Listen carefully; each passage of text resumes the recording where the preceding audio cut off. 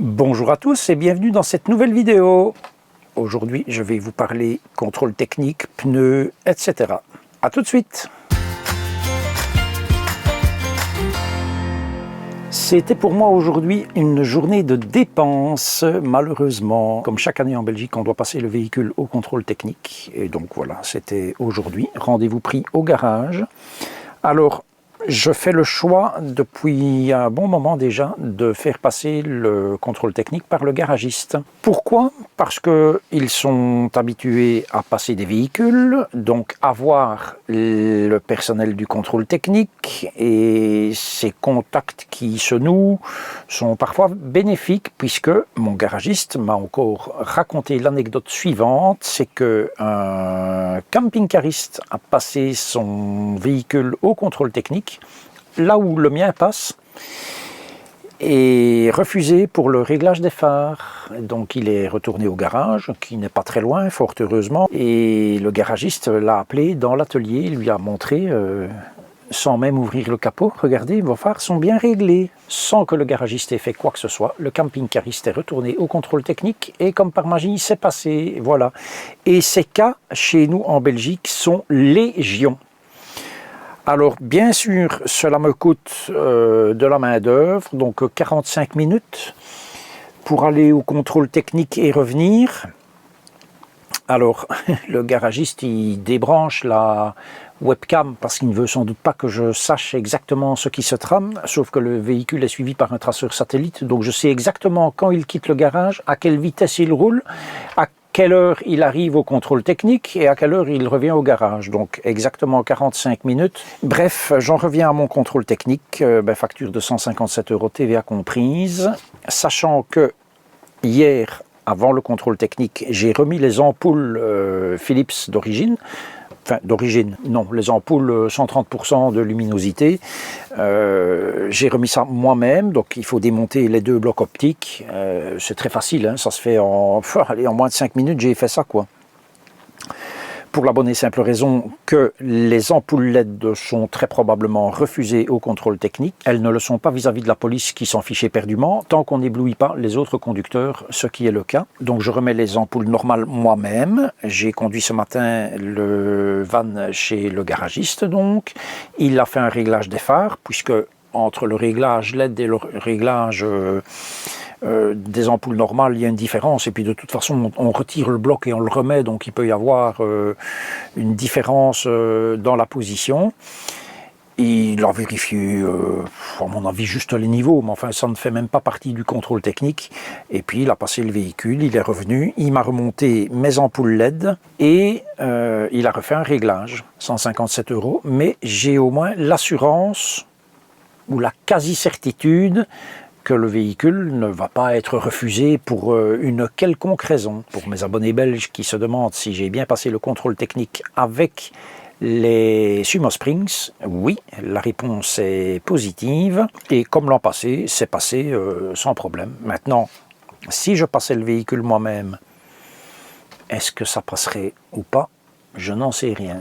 Autre point, les pneus. À la sortie de l'hiver, j'ai remis les pneus qui sont les pneus d'origine, donc des Vanco CP. Ils ont maintenant 24 000 km et l'avant, je suis quasiment à l'indicateur d'usure. Je pense qu'il reste moins d'1 millimètre, rouler un mois et puis ça sera fini.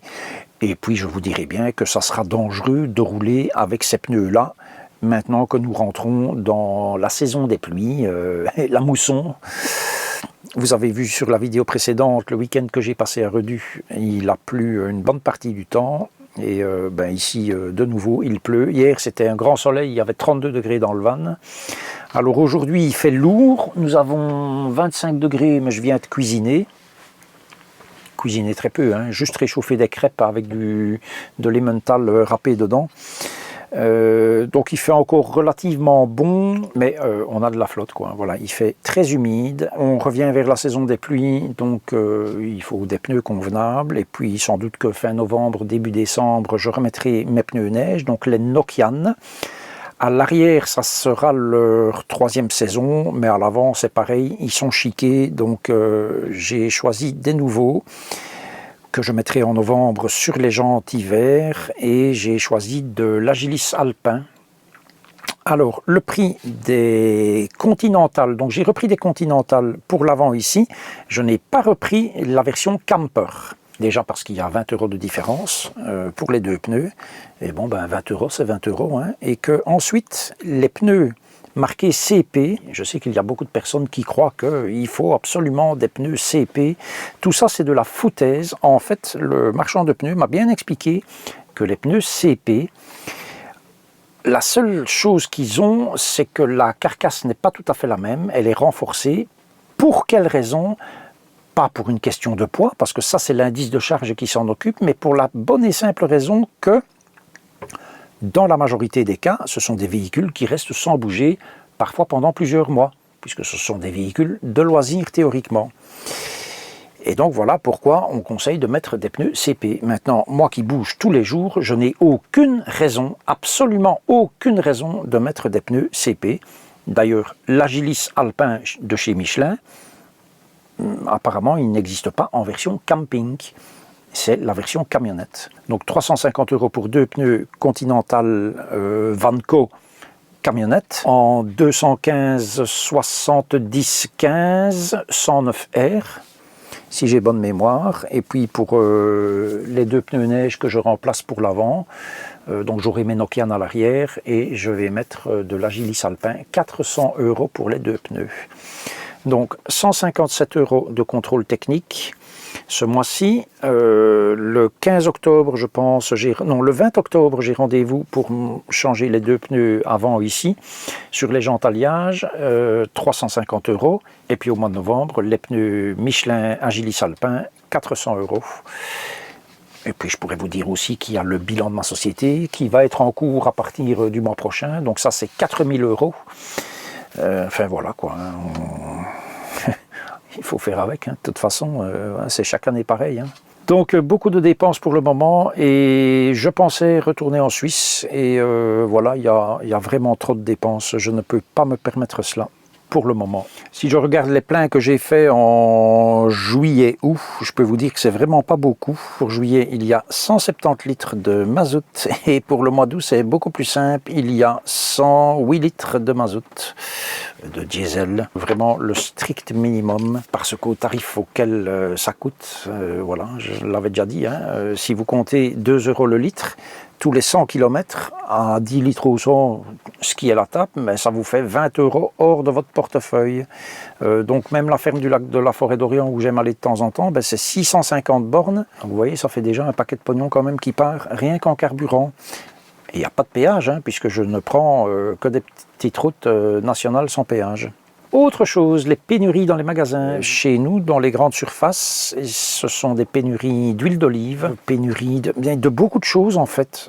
On commence à trouver des rayons où il y a de moins en moins macaroni, pâtes, les pâtes en général, le riz. Et je ne vous cache pas que chaque fois que je vais au magasin, c'est-à-dire à peu près une fois par semaine, pour des petites courses, parce que je n'ai pas de gros besoins, eh bien, j'essaye de prendre l'une ou l'autre boîte de pâtes ou de riz et de faire des réserves. J'ai une partie de mes réserves chez Dame Sonia et une autre partie chez mon ex, parce que je me demande vraiment comment ça va aller.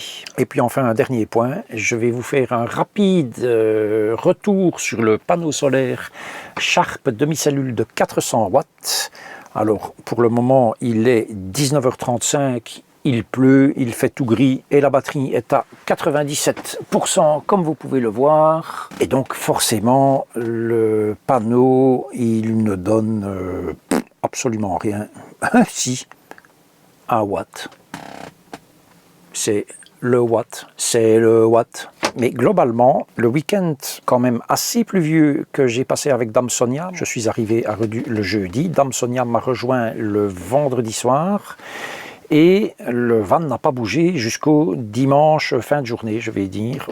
Tout ça sans se brancher, sans devoir refaire de plein d'eau, ni quoi que ce soit. Hein. Et je peux vous dire que ça a donné 4 jours, le vendredi, samedi, dimanche, lundi. Et par exemple, le vendredi, j'ai emmagasiné 570 watts, 570 watts. Alors dites-vous bien qu'il n'y a pas eu besoin de plus, parce que je n'ai pas consommé énormément. Il faisait quand même encore relativement bon, parce qu'on est quand même encore début septembre, hein. Nous sommes toujours en été, donc les températures sont quand même encore relativement bonnes. Mais tous les jours quand même, j'ai mis recharger ma Goal Zero sur le convertisseur qui lui-même est branché sur la batterie. Et je terminais la fin d'après-midi avec ma Goal Zero qui était chargée et avec ma batterie cellule qui était toujours chargée aussi. Le samedi 480 watts, le dimanche 570 watts ou 570 et le lundi, c'est-à-dire hier, 650 watts. Donc ça donne quand même, alors P max que vous voyez, je vous l'entoure.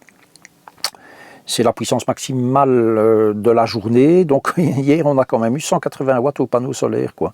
Et on a quand même des valeurs qui sont assez importantes, hein. Vous voyez qu'en bas, il est indiqué 88 kWh. C'est la durée de vie totale du contrôleur de charge. Et le contrôleur de charge, je l'ai depuis le tout début, donc déjà avec le Vanulis numéro 1. J'étais, avant le changement de panneau solaire, à 84 kWh. D'emmagasiner au total, donc en 2 ans et demi, même passé et demi, hein. Et depuis le nouveau panneau solaire, c'est-à-dire une quinzaine de jours, il y a déjà 4 kWh qui sont rentrés dedans, quoi. Et encore, dans ces 15 jours-là, il y a des jours où j'ai été branché aux 220 volts, donc franchement, ça va être très prometteur, je pense. Et il est bien évident que je vous ferai régulièrement un retour sur ce panneau solaire. Et enfin, un tout dernier point pour terminer cette vidéo, je vais reparler de la vidéo précédente. L'idée de cette vidéo où je ne parle pas m'est venue d'un film que j'ai regardé il y a 15 jours. Et donc, depuis 15 jours, je filme comme ça des petits morceaux quand je conduis, quand j'arrive quelque part, etc. Les poules sur l'aire de service de Redu, ce sont les poules de la ferme à la source que je vous ai présentée dans la vidéo 84. Et cette ferme se trouve juste à côté du parking, en fait. Donc, c'est un parking qui est divisé en 2 parties. Il y a 2 tiers réservés aux voitures, donc il y a 50 places voitures. C'est bien un P avec une voiture en dessous, donc en Belgique nous appelons ça le signal E9B, c'est interdit aux camping-cars. Bon, il y en a plein qui s'y garent, hein, mais voilà. Et il y a une partie réservée aux camping-cars, un tiers du parking, plus l'aire de service, et c'est 6 places. Voilà, malheureusement pas plus, et ça penche. Voilà. Ça a le mérite d'exister quand même. Maintenant, Redu, c'est quelque chose de très touristique, donc voilà. Et donc ces poules, la journée était sur le parking, vous avez vu la poule avec ses 11 poussins, et le soir, les 2 chiens de la ferme ramenaient tout ce petit monde à la ferme, quoi. C'était vraiment un gac. Le chien qui a fait la promenade avec nous s'appelle Waffle, parce qu'on l'a vu sur son collier, mais on ne sait pas d'où il venait, mais il a fait toute la promenade avec nous. C'était vraiment un chouette week-end. On a passé du bon temps avec Dame Sonia. J'ai eu énormément de plaisir à faire cette vidéo, à trouver cette musique qui allait vraiment bien pour les images. Et une fois la musique trouvée, il fallait caler les images sur cette musique, bien évidemment. Les commentaires sont excellents. Je dois dire que ça me fait vraiment plaisir, tous vos commentaires concernant cette vidéo. C'est sûr que ça change radicalement de ce que j'ai fait depuis le début et je vais refaire cela régulièrement parce que je trouve que c'est pas mal aussi de faire des vidéos où on ne blablate pas sur tout et n'importe quoi. Surtout sur n'importe quoi. Alors cette vidéo qui a un format tout à fait inhabituel ne fera pas des milliers de vues comme la vidéo précédente qui elle bat tous les records, celle concernant le panneau solaire. Mais voilà, c'est comme ça, je sais que mon audience attend plus des vidéos de ce type-là, des trucs techniques, que des vidéos de voyage qui chez moi ne marchent pas vraiment, donc ce n'est pas grave. Et puis au cours de ce week-end, j'ai rencontré, ce qui ne m'arrive quand même pas très souvent, un abonné français qui vient du 86, et le 86, je vous le donne en mille et mille, c'est la Vienne, si je ne m'abuse, qui se trouve au-dessus du 16, c'est les Charentes, à côté du 17, Charente-Maritime. Voilà, donc c'est Jean-Louis et son épouse Marie-Claude, des gens charmants. Voilà, et ça a été comme toujours, comme chaque fois que je rencontre un abonné, ça a été le cas quand j'ai rencontré Serge, quand j'ai rencontré des compatriotes qui venaient de Liège, j'ai oublié leur nom, vous ne m'en voudrez pas. Voilà, je n'en parle jamais, et bon, j'ai la mémoire défaillante. Pour ce genre de choses, je ne filme pas les rencontres en général, parce que voilà, ce sont des moments dont j'aime bien profiter avec les abonnés. Et voilà, c'était vraiment chouette de vous rencontrer. Et donc je vous le redis encore, merci Jean-Louis et Marie-Claude d'être abonnés. Mais aussi merci à tous les autres, les 4960 autres. On approche des 5000. Si je pouvais être à 5000 pour la fin de l'année, ça me ferait bien plaisir. Allez, encore 40 abonnés, normalement ça devrait pouvoir le faire. Cette vidéo est maintenant terminée. Je vous dis à la prochaine. Et d'ici là, vous savez quoi ? Prenez grand soin de vous. Et boum.